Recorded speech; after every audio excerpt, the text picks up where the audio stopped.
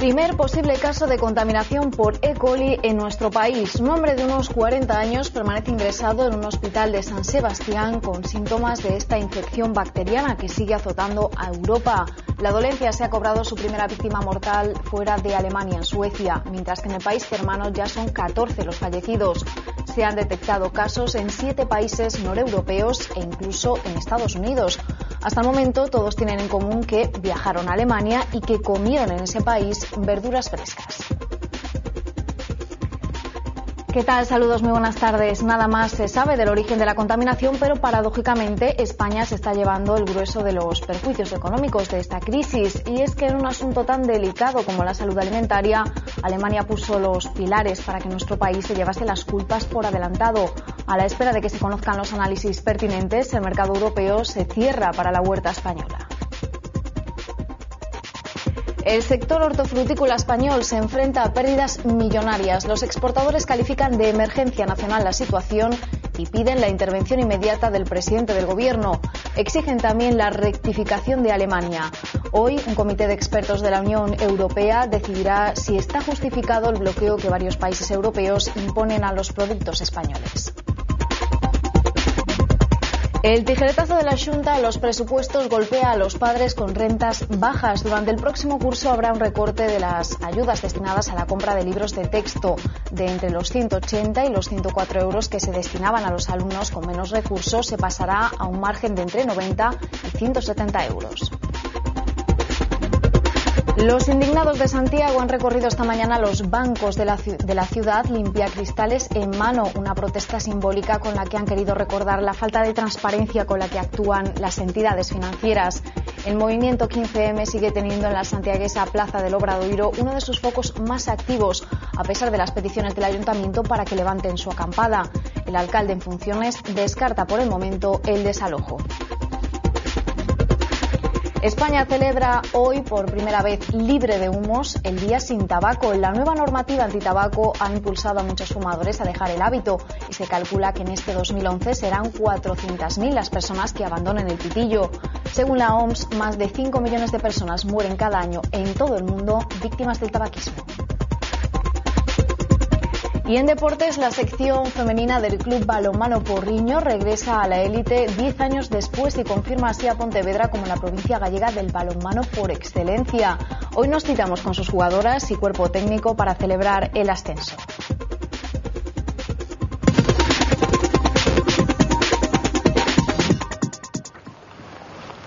Posible caso de contaminación por E. coli en nuestro país. Un hombre guipuzcoano permanece ingresado en el Hospital Donostia de San Sebastián desde el pasado 20 de mayo. Estuvo en Alemania, consumió allí verduras frescas y sus síntomas coinciden con los de la dolencia ocasionada por la bacteria. La infección se ha cobrado ya la vida de 14 personas en Alemania y de una en Suecia. Aunque las autoridades germanas asocian la dolencia a pepinos españoles, nuestras autoridades lanzan un mensaje de tranquilidad e insisten en que las verduras de aquí son completamente fiables. Todos los casos registrados hasta el momento en Europa tienen como antecedente la estancia en Alemania y el consumo de alimentos en dicho país. Que no existe absolutamente ningún riesgo para la población vasca ni para la población española derivada del consumo de productos frescos o vegetales, y que no hay que tomar ninguna medida especial de precaución con los alimentos más allá de las medidas higiénicas habituales. La cadena de supermercados Lidl ha suspendido la venta de pepinos en todas sus tiendas españolas. Es la última consecuencia de una alarma alimentaria que se extiende y que ya ha desembocado en la retirada de pepinos y otros productos españoles en varios países europeos. Aunque no está determinado aún el foco de la infección, el daño económico para las empresas hortofrutícolas españolas ya está hecho. España es el principal exportador de pepinos del mundo. Se estiman unas pérdidas de 200 millones de euros semanales. A esto hay que sumar los daños en el mercado interno. Y es que al reducirse las exportaciones aumenta la oferta de producto en nuestro país, con lo que caen los precios. Pues los exportadores agrícolas reunidos hoy en Madrid para tratar la crisis del pepino han reclamado la intervención inmediata del presidente del Gobierno. Consideran que se trata de una emergencia nacional que requiere medidas nacionales. Exigen además una rectificación inmediata de Alemania y una actuación contundente del Ejecutivo ante lo que consideran acusaciones infundadas. Recordemos que las autoridades de Hamburgo fueron las primeras en señalar a España como el origen de la infección y que el gobierno de Angela Merkel nunca lo ha desmentido. Precisamente la ministra de Medio Ambiente y Medio Rural, Rosa Aguilar, ha reclamado a la Unión Europea que adopte medidas ante el mazazo que está suponiendo la crisis del pepino para los productores españoles. El Comité de Expertos de Salud Alimentaria de la Unión decidirá hoy en Bruselas si se justifica o no el bloqueo que están imponiendo varios países europeos a los productos de la huerta española. Cambio de planes de los 27, la que en principio iba a ser una reunión para trabajar en la política agraria comunitaria, se ha convertido en un encuentro para tratar la situación de alarma que ha provocado el brote de la bacteria E. coli. La ministra Rosa Aguilar reclama indemnizaciones por los daños causados a los agricultores españoles, unas medidas de carácter extraordinario y de urgencia ante una situación que ha calificado como extraordinariamente grave. La titular de Medio Rural también tiene una cita con el secretario de Estado agrícola alemán, Robert Klaus, para exigir que se depuren responsabilidades y, sobre todo, para que se agilicen los análisis para determinar la procedencia de la infección. Buscará, según sus palabras, una información transparente por parte de Alemania para conocer dónde está el problema. El cierre en banda de la mayor parte de las exportaciones está tirando por tierra un mercado que semanalmente mueve unos 200 millones de euros y cada vez son más los países que rechazan los pepinos españoles sin esperar a que desde Europa se dictamine un protocolo de actuación. Rusia, por ejemplo, ya no importa ninguna verdura española. En Austria, República Checa, Bélgica y Alemania se han puesto en marcha bloqueos parciales. Un grupo de profesores de la Facultad de Veterinaria de Lugo trabaja a esta hora en el laboratorio de microbiología con las muestras de estos productos contaminados. Es el centro de referencia a nivel europeo de la Escherichia coli. Tendrán los resultados en las próximas horas. Los profesionales critican duramente la actuación del gobierno alemán al prohibir la importación de productos españoles cuando dicen que es imposible que el problema esté en origen con el estricto sistema de control sanitario que existe en nuestro país, uno de los más fuertes de Europa. Que todos os casos deses países teñan en común que hai xente que viaxou no norte de Alemanha, o que nos está indicando e que posiblemente a contaminación se produce localmente nesa rexión, de acordo? É dicir, os alemañes teñen que mirar a ver por que razón se chegou a producir esa contaminación, por que se puido dar o caso de transportar ao mellor vexetais nun camión de transporte no que primeiro houbo transporte de animais e posiblemente non se fixe unha boa desinfección posterior. Ou ben se caeron, como se está dicindo, os produtos frescos ao solo, e no solo pode haber contaminación en mercados con restos fecais que poden conter o serotipo patóxeno, non? De Escherichia coli.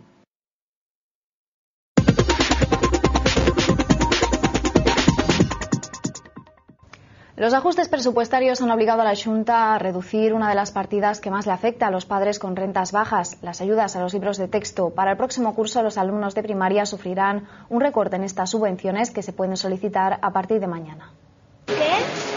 Los efectos de los recortes presupuestarios se van a dejar notar este año en el bolsillo de los padres con hijos matriculados en educación primaria. Las familias con rentas más bajas van a recibir menos ayudas para comprar los libros de texto a causa de la crisis. De entre los 180 y los 104 euros que se destinaban a los alumnos con menos recursos, se pasará a un margen de entre 90 y 170 en función del umbral de renta. El recorte le afectará a los padres con hijos matriculados en primero, segundo, quinto y sexto de primaria y se produce solo 2 años después de que la Consellería de Educación lo impusiera el modelo de préstamo universal que había hasta entonces en estos cursos. El programa se mantendrá, sin embargo, para los alumnos de secundaria que también reciben estas subvenciones, primero y tercero de la ESO, y para los estudiantes de educación especial. El plazo para solicitar estas ayudas comienza ya mañana para los alumnos de primaria y el 25 de junio para el resto.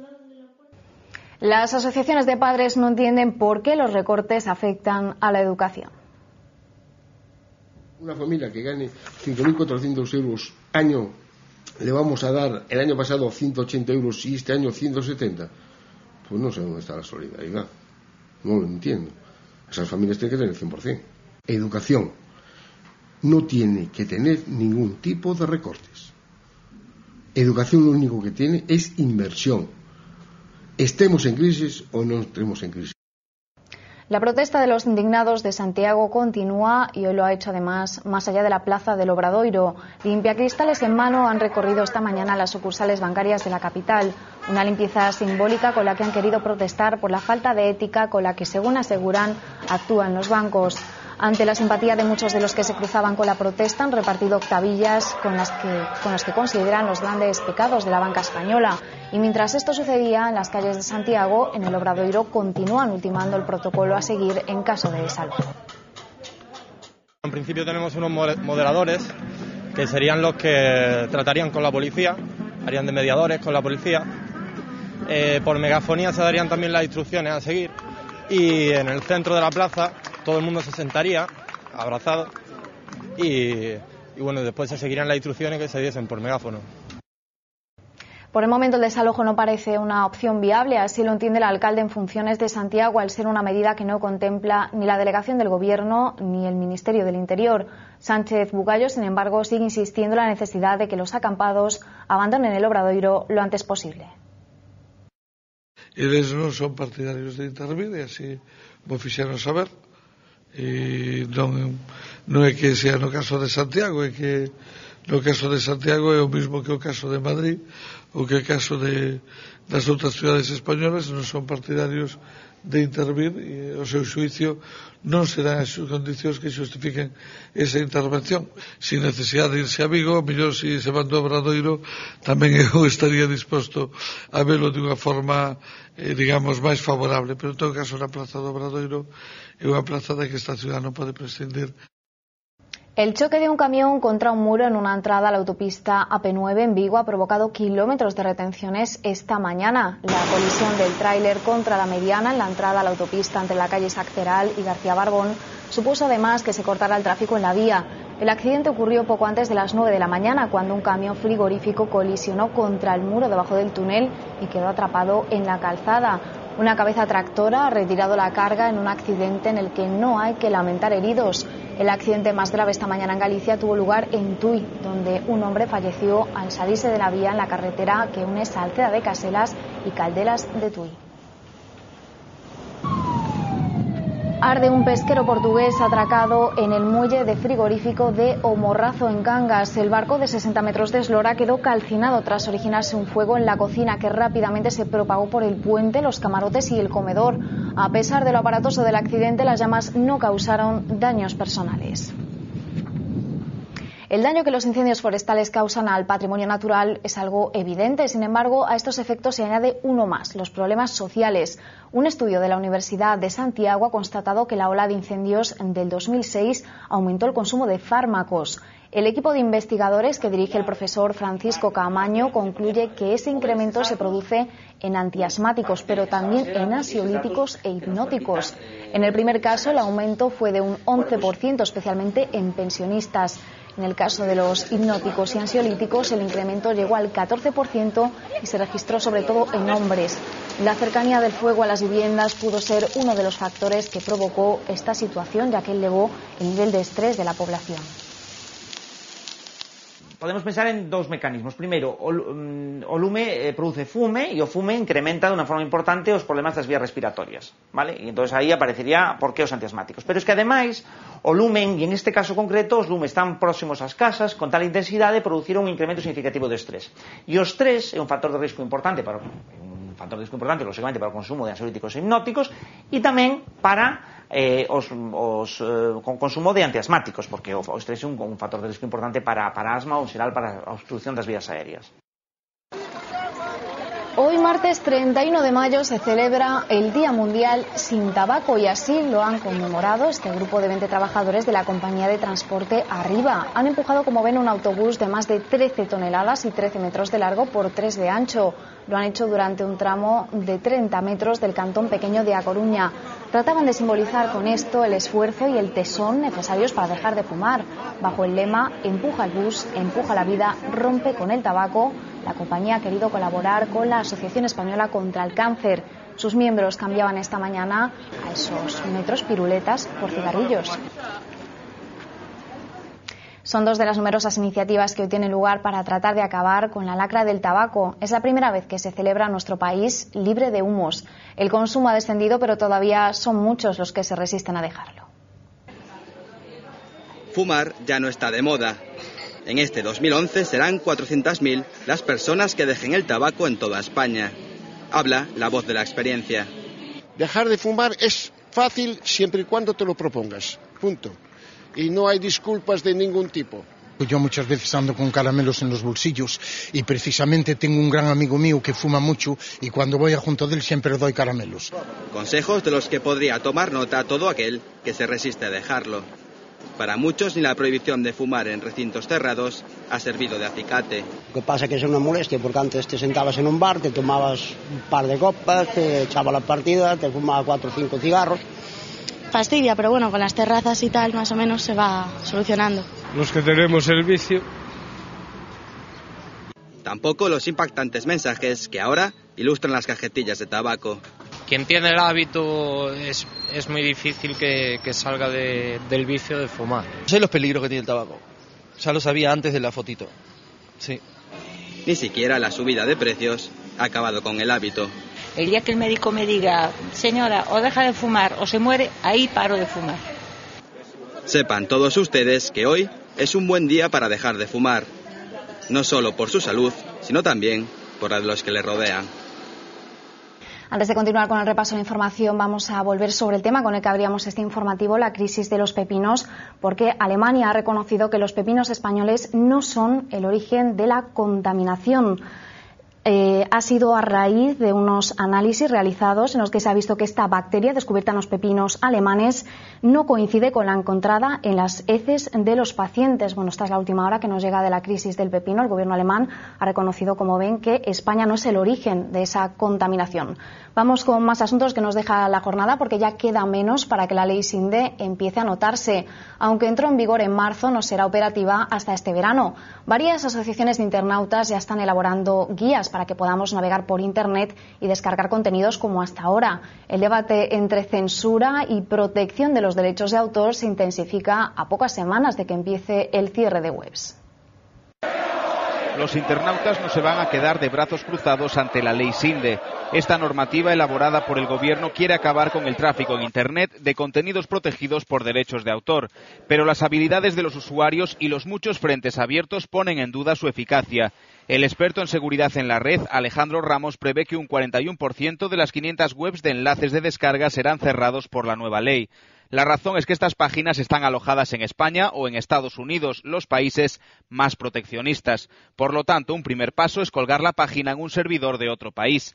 Quien hace la ley hace la trampa. Ya se ha publicado el manual de desobediencia a la ley Sinde. Elaborado por el colectivo Hacktivistas, da consejos para seguir bajando a placer. Ayuda a configurar nuestro ordenador y su manera de conectarse a Internet de tal manera que la ley Sinde no considere que estamos cometiendo un delito. Son solo algunas de las iniciativas que ya se están impulsando y no serán las últimas. Todo mientras el debate se sigue produciendo. Copiar es lo contrario de crear. Para mí copiar es multiplicar y multiplicar es bueno. Creo que copiar significa no tener imaginación. Para mí copiar significa la génesis de la creación. El encarecimiento continuo de las hipotecas es una de las razones que ahoga las economías familiares. Es una escalada que parece no tener fin. El Euribor, el principal indicador hipotecario, ha cerrado mayo en su tasa más alta en 2 años, casi un punto porcentual por encima del valor del año pasado. Unos 4 millones de hogares en España tienen su hipoteca referenciada con este indicador, por lo que para ellos el préstamo se encarecerá en unos 800 euros al año. El origen de este repunte está en la subida de los tipos de interés acometida por el Banco Central Europeo en abril. La noticia es mala, sobre todo para un país donde de los casi 5 millones de parados, la mitad tiene hipotecas. Precisamente el Banco de España ha dicho hoy que todo parece indicar que estamos saliendo del hoyo del desempleo. En su boletín de mayo, el organismo asegura que la destrucción de empleo se ha frenado. Esta afirmación la hace a la luz de los últimos datos del paro, que muestran una tendencia a la baja, especialmente el de abril. También a partir de los datos de afiliación de la Seguridad Social, cuyo descenso se va paliando. Sin embargo, el supervisor alerta de que la entrada en vigor de la reforma laboral está provocando una caída del empleo indefinido, en favor del contrato de fomento de empleo, que contempla, como saben, una indemnización menor en caso de despido. El déficit del Estado se redujo hasta la mitad durante los 4 primeros meses del año. Se ha situado en unos 2.450 millones de euros, un 53% menos que en el mismo periodo del 2010. Según la ministra de Economía, Elena Salgado, este resultado muestra que España va por la senda correcta, por lo que no serán necesarias, en principio, nuevas medidas de ajuste.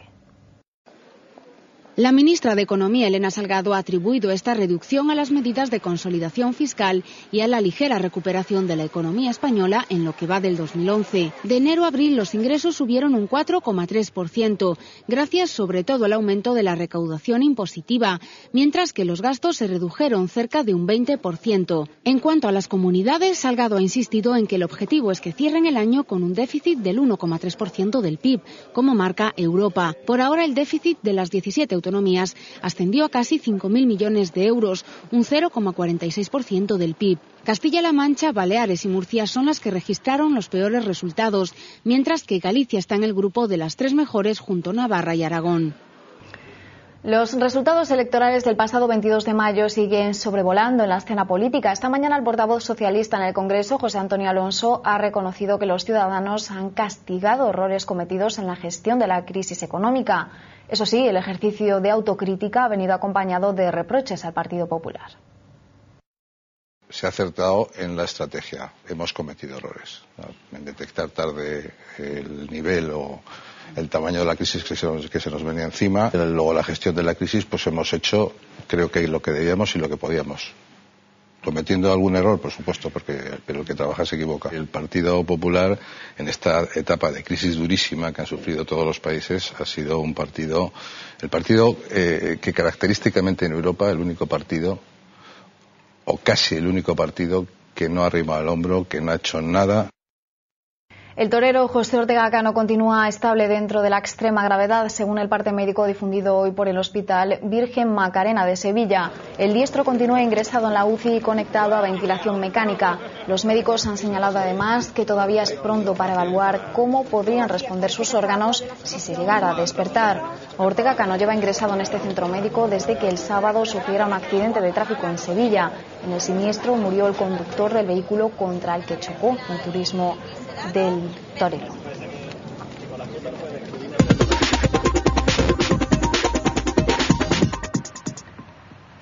El exgeneral serbio-bosnio Ratko Mladic ha abandonado su celda para visitar la tumba de su hija en Belgrado. La operación, considerada de alto riesgo, se llevó a cabo en poco más de 20 minutos, entre fuertes medidas de seguridad y custodiado por varios coches policiales.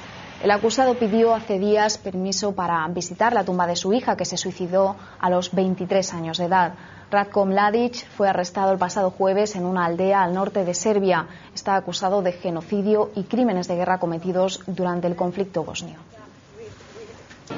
Libia podría encarar el principio del fin de su guerra civil. El presidente de Sudáfrica, Jacob Zuma, asegura que Muammar el-Gaddafi está dispuesto a negociar una salida al conflicto.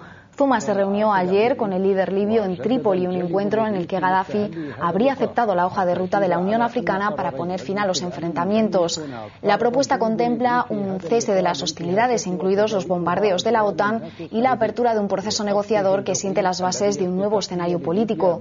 El cese de la violencia, sin embargo, no colma las aspiraciones de los rebeldes, quienes persiguen el fin del régimen de Gaddafi.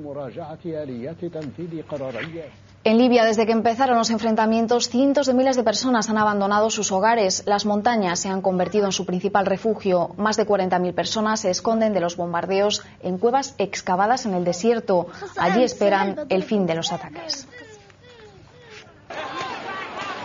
Y Yemen continúa inmerso en el caos. El presidente Saleh se niega a abandonar el poder y la represión contra sus opositores es cada vez más violenta. En la ciudad de Taid hoy han muerto 3 manifestantes prodemocráticos a manos de las fuerzas gubernamentales.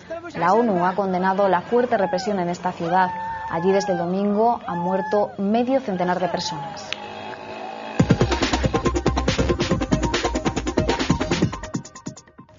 Si el pulpo Paul fue en su día el talismán de la selección española en la Copa del Mundo, el Celta no quiere ser menos, aunque en este caso la mascota de la buena suerte para los célticos es una lechuza.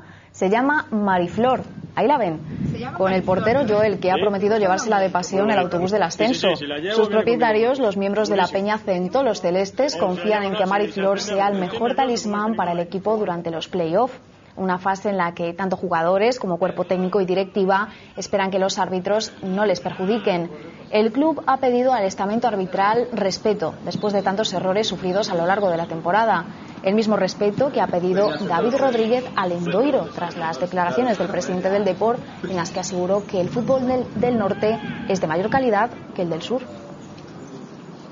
Siempre se dice, ¿no?, que hay que mirarse uno mismo antes de hablar de los demás. Pues bueno, habla de ti mismo si quieres, pero no hay que entrar en polémicas con ningún sitio. Nosotros no lo hemos hecho con ellos. De hecho, si aquí había hablado, nadie la última semana dijo que quería que descendiera al Deportivo de nuestra plantilla. Entonces yo creo que solo por respeto habría que hacerlo. Lo poquito que llevo yo aquí, creo que han salido mucho más jugadores de la cantera del Celta que del Deportivo. Pontevedra es históricamente la provincia gallega del balonmano. El Octavio de Vigo, el Teucro de la capital y el Cangas representan la élite de este deporte en la comunidad, a la que ahora se suma O Porriño. Si hace unas semanas celebrábamos el ascenso a la Liga Sobal de los académicos, ahora ha sido el turno de la sección femenina del Club Balonmano Porriño, que 10 años después regresa a la máxima categoría. El año pasado se quedaron a las puertas, pero esta vez sí el equipo del Club Balonmano Porriño ha logrado el ansiado ascenso. Significa volver al sitio donde creo que merecemos estar. Directiva, cuerpo técnico y jugadoras coinciden en que la clave del éxito ha sido la implicación y el esfuerzo de una plantilla muy joven y mayoritariamente de la casa. Venimos trabajando, yo creo que muy bien desde la base. Es un equipo prácticamente gallego. Carolina, con su recién estrenada mayoría de edad, es la benjamina del equipo. Después de 11 años en el club, alcanza ahora su gran meta. Es un sueño, es que para mí eso significa muchísimo. Yo siempre fue lo que quise. La referencia es sin duda Estela Doiro, internacional con la selección española. Para ella fue especial enfundarse la roja, pero nada comparado a esto. Y es más satisfactorio, ¿sabes? A nivel de grupo, pues llegar a esto, a lo que conseguimos, que a nivel personal pues llegar a una selección, ¿sabes? Todas jugarán el próximo año en las pistas de los mejores equipos españoles. El club lo tiene claro. Las que consiguieron el ascenso lo puedan disfrutar ahora en la máxima categoría. Sí intentaremos reforzar el equipo. Estaríamos hablando de una o dos jugadoras como mucho, porque eso, creo que nuestra gente realmente está preparada. O Porriño contribuye así a incrementar el alto nivel del balonmano en Galicia, que siempre ha gozado de muy buena salud. Con los deportes nos despedimos de momento, pero ya saben que en menos de una hora, a las 4 en punto, volvemos con más noticias aquí en Galicia Nube Televisión.